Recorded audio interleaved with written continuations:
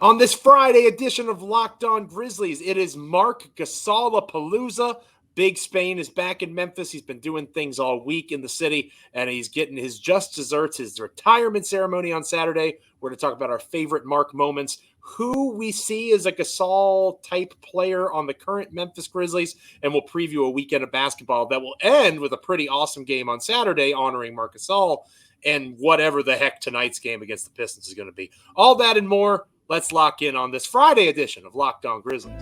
You are Locked On Grizzlies, your daily Memphis Grizzlies podcast. Part of the Locked On Podcast Network, your team every day.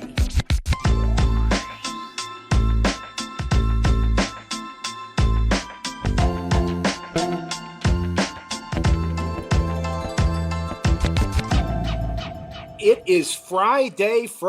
Got to get down on Friday. As a wise poet once said, fun.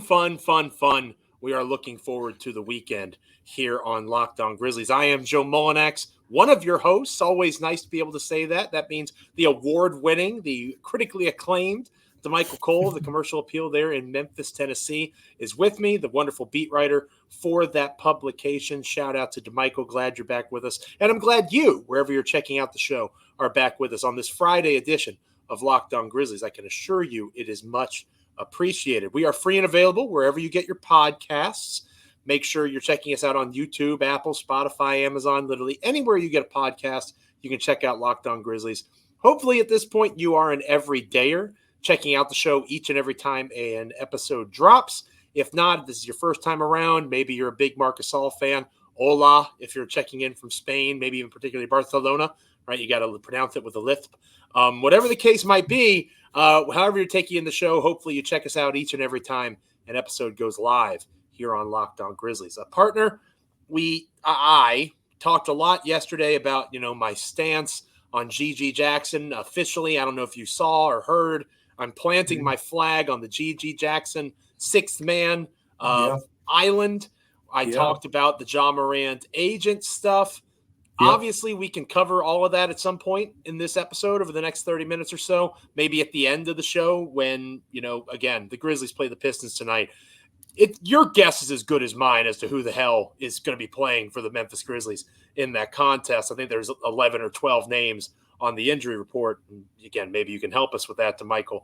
So maybe we can react to some of that towards the end of the show, if that's okay. But I do think, because of the weight of the weekend and Marc Gasol's significance to the franchise being honored on Saturday night, I thought today could be more of a Marc Gasol heavy program. And we'll start with your take on this question. Who is this Grizzlies era's Marc Gasol? Because one of my favorite things about watching Marc, Damichael, was how he was so unique, right? Yeah. There were not many guys that played the game of basketball like him, even when comparing him to his brother Pau, right? Pau was a pretty different basketball player than Marc was. So obviously, comparison, even though it is the thief of joy, it's something that all of us do. And we look at this current version of the Grizzlies, compare it to the grit and grind era. We're all guilty of it, or at least I am. And you look at how the team wins, how the team competes. Obviously, there's a lot of differences. Do you see anybody on this current iteration of the Grizzlies that reminds you of a soon-to-be retired number legend in Grizzlies lore, Marc Gasol? Check out my answer for this one, Joe. I'm going to say I do, actually. Okay. And it's Desmond Bane. Interesting. That's my answer for this one. He's never going to be the guy who gets, all of the fanfare. Right. Sort of like, Marc kind of didn't during those days, but he's going to be a very decorated player. He's probably going to set a bunch of records here with three-pointers and things like that. He's very serious about the community work. He, goes back to Richmond, Indiana every summer, does his big thing there. He said eventually he wants to do the same thing in Memphis. So I'm sure now that he's about to get those big bucks next year, probably going to see some more of that in Memphis. But yeah, on more of a serious scale too, like he feels like he's also a voice. Like I'll talk more about it in the second segment when we talk about our memories. There's one memory I have in particular where Marc Gasol stood up for one of his teammates. And that's kind of the guy that Desmond Bane is. He's the one where if something needs to be said, that's one of the guys that will say it, despite who's been here longer than him, who's been here, less years than him, who's older than him, who's younger than him. It doesn't really matter. If it needs to be said, Desmond Bane doesn't mind saying it. I think all of those are traits of, similarity. Again, not the most athletic dude, gets his job done, serious about the community aspect of it, and never going to get the most fanfare, but the last part of it is the connector part. That's the big. Desmond Bane is the connector to this Grizzlies core. Ja Morant, heck of a player. Jaren Jackson Jr., heck of a player. The NBA today is all about spacing, things like that. The Grizzlies, without Desmond Bane, look worse to me, and this is just my opinion.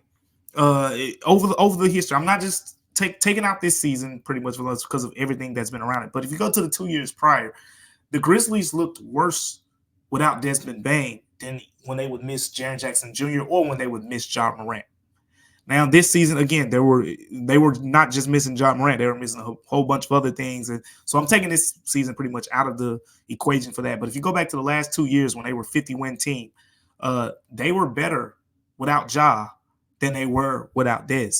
And it's because of the connector part of it. He's the three-point shooter who allows Jaren and Ja to kind of dominate in the paint. Again, I always go back to that Timberwolves series because it just is so blatantly obvious. When the Timberwolves said, we're going to put 4 guys in the paint and we're not going to let Ja beat us.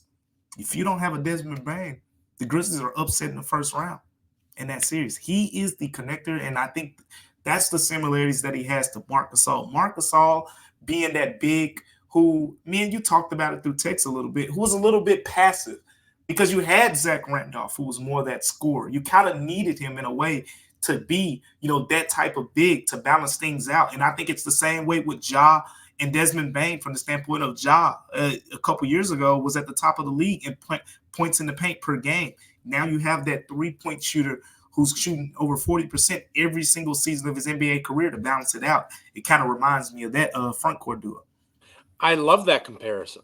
I think that's awesome. I think nice. You got the stamp from Joe. Yeah, I think that Jaren Jackson Jr. is a two-way player. That's a pretty clear, obvious one as well. But I like the Bane comp because of that connector piece. That's exactly what I would have said as well. And you put it really well. The only thing I'll add is when you watch Jaren and Ja play, they don't necessarily mesh as well as you would think they would, right? Like their numbers, the pick and roll game. It's not like negative per se. But when you think of, Jamal Murray and Nikola Jokic, right, or Maxey and Embiid, who the Grizzlies might see on Saturday night, you don't think of Jaren and John that way, but Bane plays well with both of those guys. And Mark did the same thing for Conley and Randolph, right?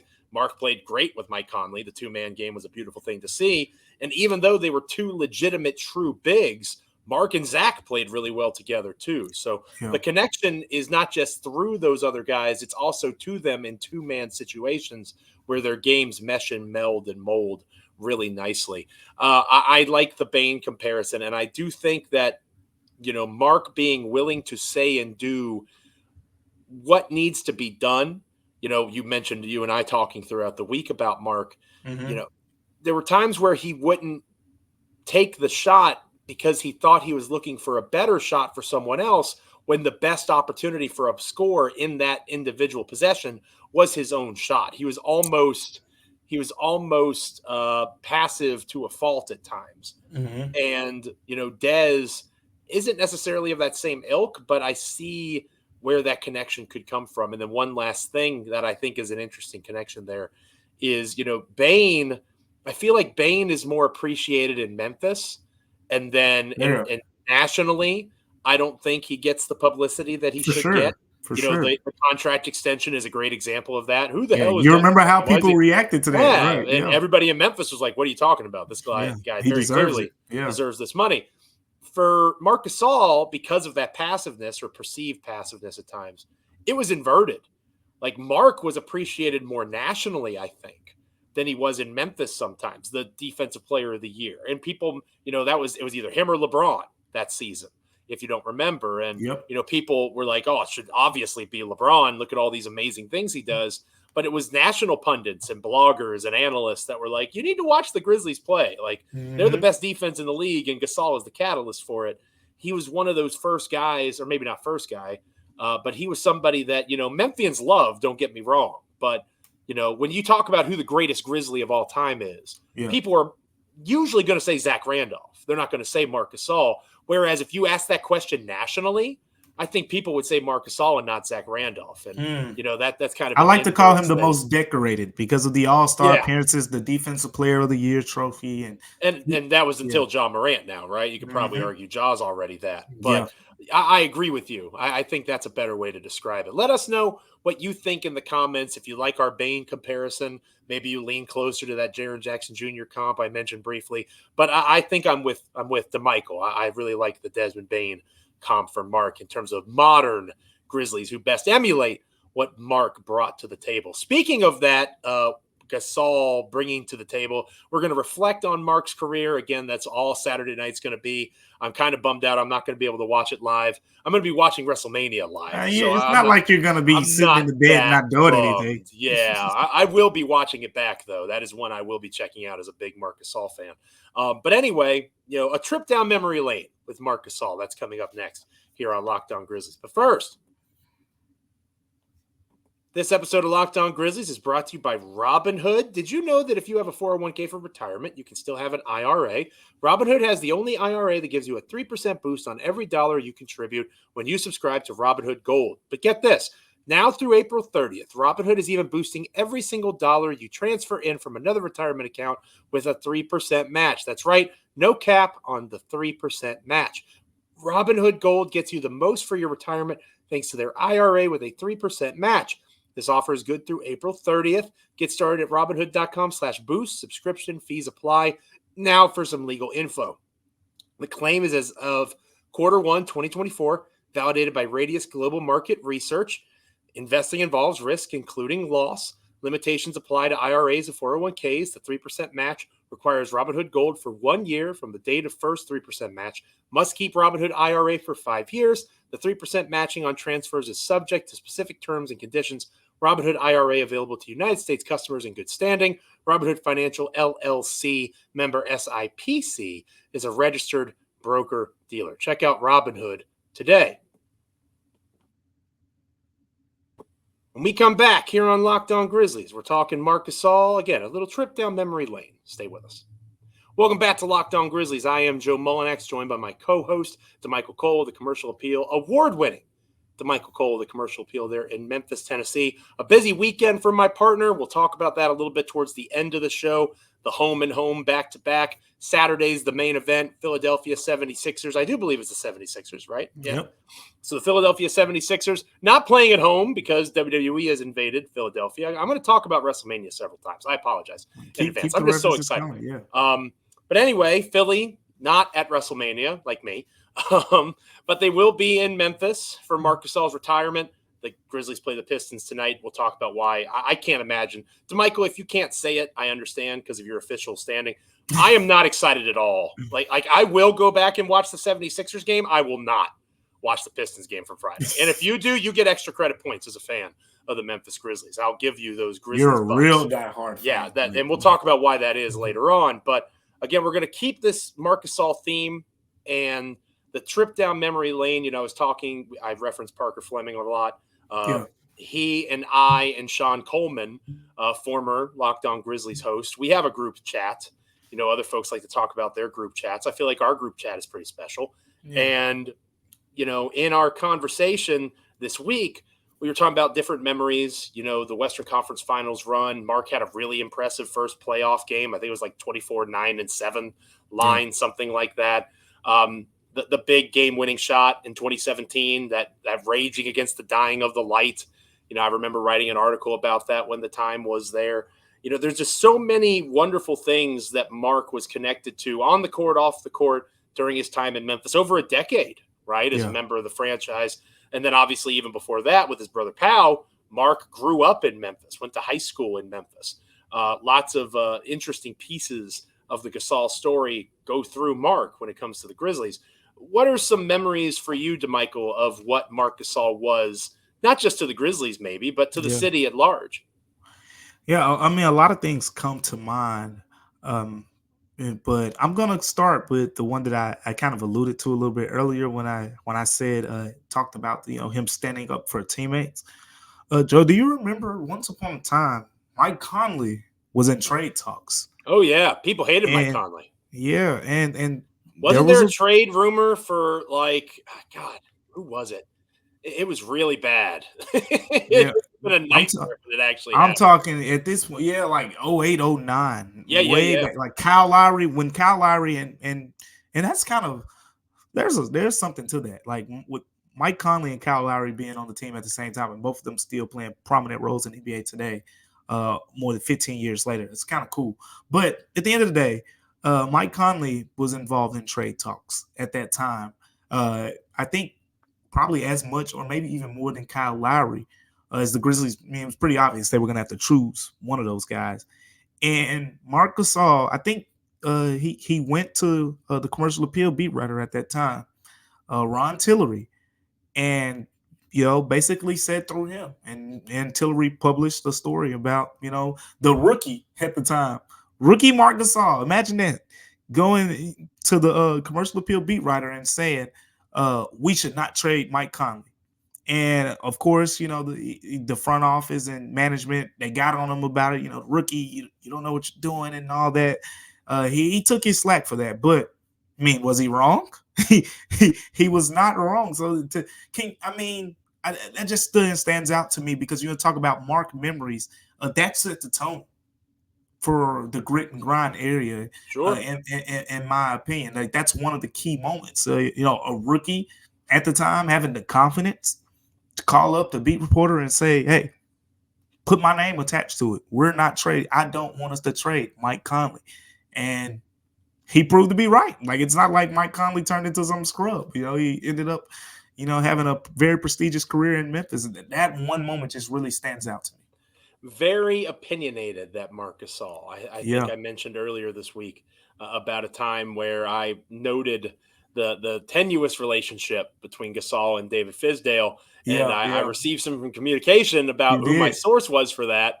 And I said, my eyes are the source. And it turned out that I was onto something. Watching all that Grizzlies basketball paid off, I guess, in terms of studying body language. But, Marc was an opinionated guy, still is an opinionated guy, I'm sure. And, he believed, whether it was on the court or off the court, there's a right way to go about things, right? Mm-hmm. And I think that my favorite Marc Gasol memory, there's a lot of games, the first half of in 2012, that infamous game one where the Grizzlies were up 20 some points and they lose thanks to Nick Young and other Clippers getting hot. Yep. I was a fan in that. I wasn't covering for the media. I was just sitting in FedEx Forum like the other 18,000 folks. And there was a big dunk I think Gasol had towards the end of the first half that I'll always remember, and the energy and the excitement. That was a lot of fun. But for me, it's over the entire length of his tenure, the quirkiness, right? I think I mentioned earlier in the week the soccer stuff he would do, heading the ball and that sort of thing with the basketball. The clear love that he had for his teammates. And I wrote about it for Parker Fleming's Subsocolitis Substack this week. Part of what made Grit and Grind so special is those guys genuinely loved each other and cared about each other. And I think that's the thing I'm most excited to see on Saturday night is Tony and Zach, maybe Mike, probably not because they're still in season. But I think I noted when the game was chosen, the Timberwolves are off on Saturday night. So it would be a major surprise. Again, unlikely. Because he's West Coast. Yeah, correct. They're playing the Suns and the Lakers. So very unlikely. But still would be, a guy can dream, right? An old Grit and Grind head can dream of all four of them being together. But, it'll probably be Tony and Zach and Mark, and that's going to be cool. And just kind of reflecting on those relationships, right? Because that's the thing that I carry with me is you can go up and down the list of all of these wonderful memories. But at the end of it, it's the journey that you take with those people. And that's life, right? That's life in general. And you usually don't talk like that about professional sports teams, right? Like I can think over my entire fandom of the Washington Commanders, and I haven't felt that one time, right? or, watching the Baltimore Orioles and the Washington Nationals growing up and now as an adult. The only time in my life that I can honestly say with a professional team that I have followed, I have felt that level of emotion is that Memphis Grizzlies group. And that is literally why I still, in part, am doing what I'm doing right now, talking to you, is the way that resonated with me. So, and Gasol was a huge piece of that. So that's my biggest memory, is the way that he and those guys helped me connect to the city and helped me, really see the value of what sports can be, as cheesy as that sounds, because the Memphis Grizzlies didn't win anything, right? Like, I don't know that they won a divisional title because the Spurs were still really good at that time. They didn't win the Western Conference. Like, in theory, again, if you're a national person, you're watching, why in the hell are all these people crying about this? Like, but you had to experience it, right? You had to feel it. And that's so you just had to be there. You had to feel it. Not even had to see it, because you can watch it on YouTube now. Yeah. You had to feel it. You had to feel that 2011 playoff run. You had to feel the Western Conference title run. You had to feel the opportunity that they had at the end there in 2017. You had to feel Zach Randolph putting guys in headlocks. Oh, gosh. and skipping off. I'll never forget Zach skipping. It was like a wrestling match, going back to the WrestleMania stuff. When they eliminated the Clippers in Memphis, that was one of the best nights of my life. Sitting there on the patio rooftop at Alfred's, just watching the craziness of Beale Street. It was just pandemonium in the absolute best way. So those are some of our memories. By all means, let us know yours in the comments. Tell me and Damichael how you feel about Marc. I feel like I've made it pretty clear. I feel pretty passionately about the guy. So very excited to see Damichael's work over the weekend covering for the Commercial Appeal. Very excited to watch the ceremony and all of those fun things. When we come back here on Locked On Grizzlies, we will close out the show previewing the weekend, talking about the actual basketball on the court.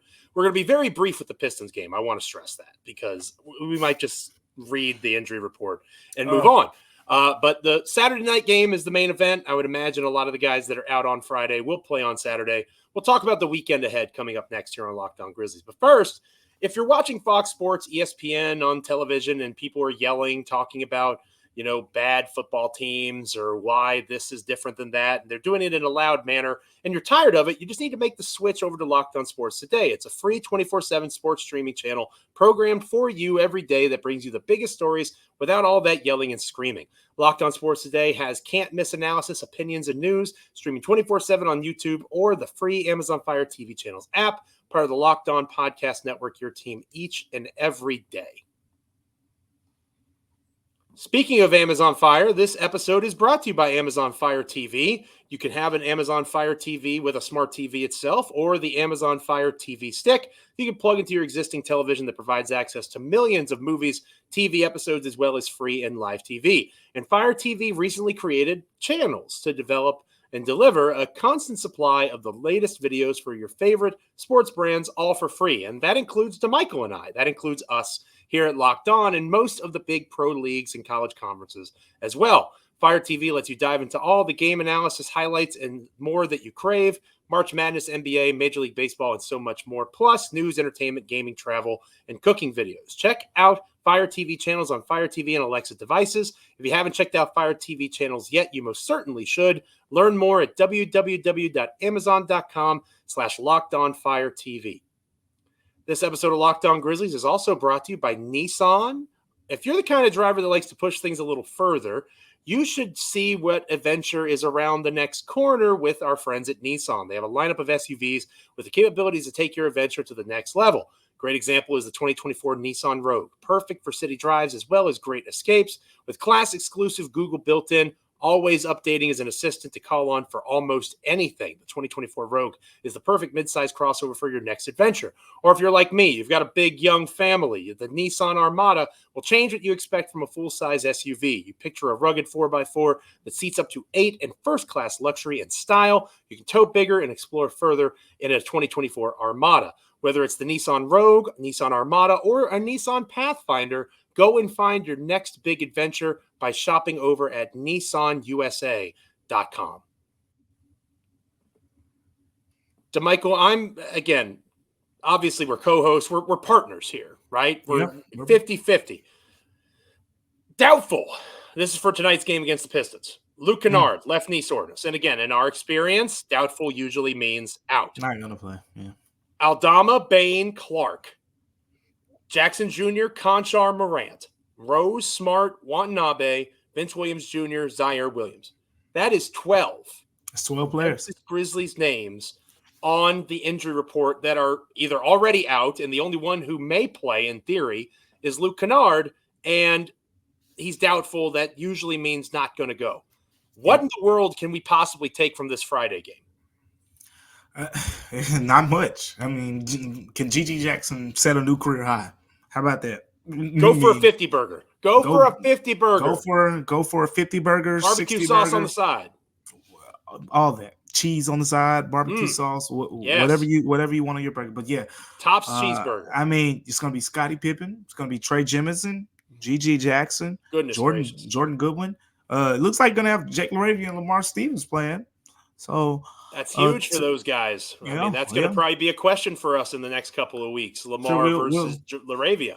We'll see some Xavier Simpson minutes there and some Pereira as well. So, I mean, and the Pistons are in almost the exact same boat, right? Oh yeah, I'm sure we're going to see extensive. Jalen Noel's probably going to be on the floor and you revenge game. Yeah, we saw how that worked out with Tosin Abelman. He's probably going to play too. So thank goodness that we're not like hired by the team. Like I feel bad for Grind City Media, and I want to stress this is my opinion, not Damichael's. Whenever I say things like this, I want to make sure Damichael's not a part of it.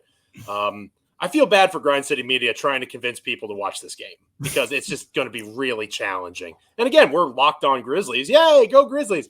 That's just going to be a really rough one. If you watch that, let me know. I'll give you extra credit points. Grizzlies Bucks, right? We used to call them GBB Bucks over at Grizzlies Blues days. Yeah. I'll give you all the imaginary money you want if you actually sit down and watch that whole contest on Friday. Saturday, though. Saturday's the main event. Saturday's right? different. Saturday is Marc Gasol's retirement. One of those vinyl giveaways. Damichael, if we're developing a really strong relationship and friendship, maybe you can sneak one of those and send them to me. That'd be cool.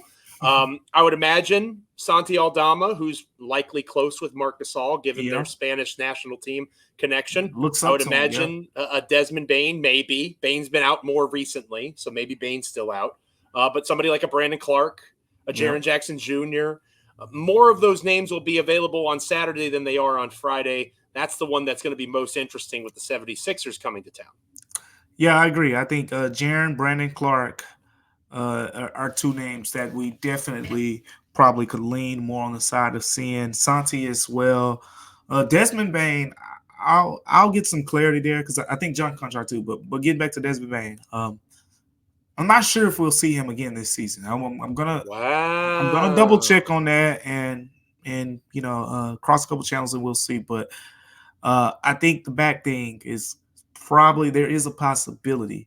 That's all she wrote for Desmond Bane this season. But that would be a bummer.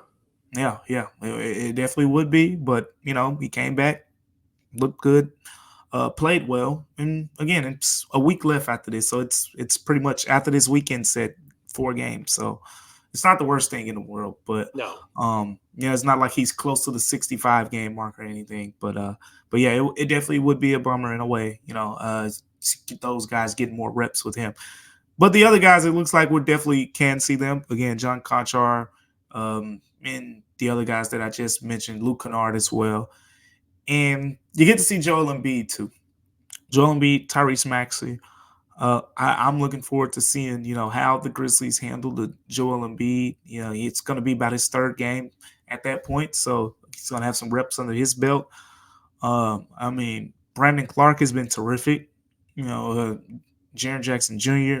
Be interesting to see those guys get their swings, at Joel Embiid, and this Sixers team that's playing with a lot of urgency right now. They're in that 7-8 seed spot right now where they could run into the Boston Celtics or the Milwaukee Bucks in the first round. So if that was the case for me, I'd be playing with a lot of urgency, and I think that's what they're going to do. And in some bizarro world, like there's scenarios where the freaking Orlando Magic could be the 2 seed in the Eastern Conference. It's unlikely, but it's possible. Wild, which is crazy to say out loud. I agree that there's going to be urgency from Philly to get to that at least 6 seed, right? Because you essentially get a bye week now with the play-in tournament. Yeah. If you're outside, if you're one of those 1 through 6, you basically get a week off, and certainly Embiid and others could take advantage of that. I'm really interested to see, because we're going to talk more about this as the offseason approaches and grinds along, how they address the center position. If they think Jaren Jackson Jr. is that guy and they start a Brandon Clark, or, if they really go outside the box and start a GG Jackson, I don't think they will do that, as I talked about on yesterday's show. But if you buy into that, how they defend a guy like Embiid is going to be really important, because there's a lot of questions about the rebounding between those two, if that is your starting front court. Let it be known that Steven Adams was really good against him. That's a really important point, and you're exactly right, partner.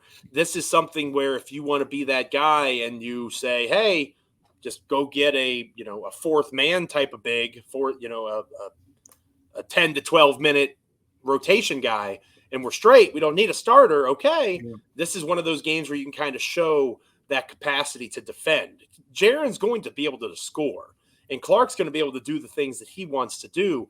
The issue is going to be defending without fouling and being able to find some scrappiness and piecing together some semblance of rebounding as a group. This is going to be a good test of that.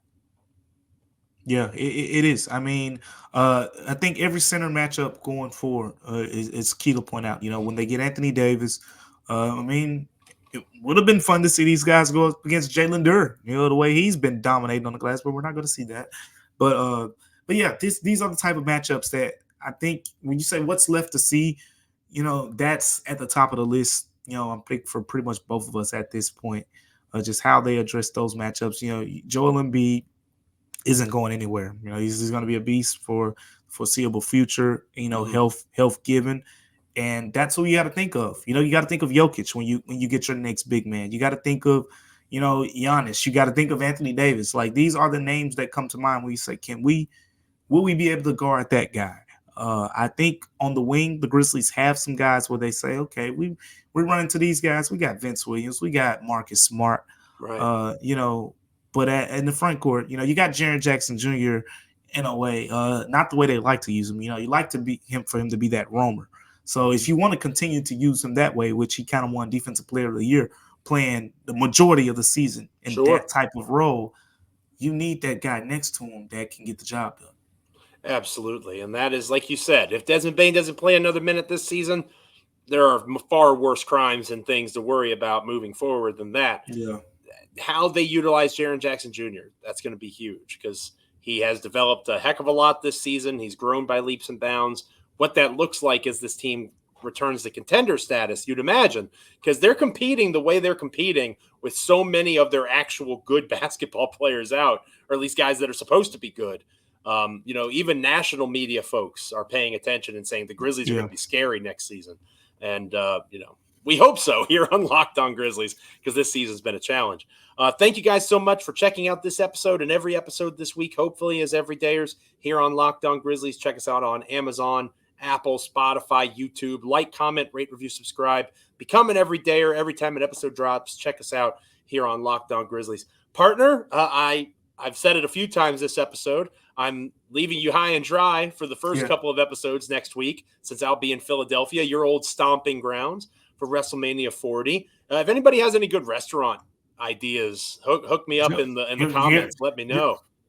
You're looking at the man right here. I know. Well, you and I are going to talk throughout. Like, I've got your number, right? Like, I can hit you up. Gonna put the fam in cheesesteak heaven out there. There you go. That's what I'm looking for. So that kind of thing. So anyway, Damichael's going to have the Monday and Tuesday show solo. I'll be back for Wednesday's podcast and obviously take you through the rest of the week next week.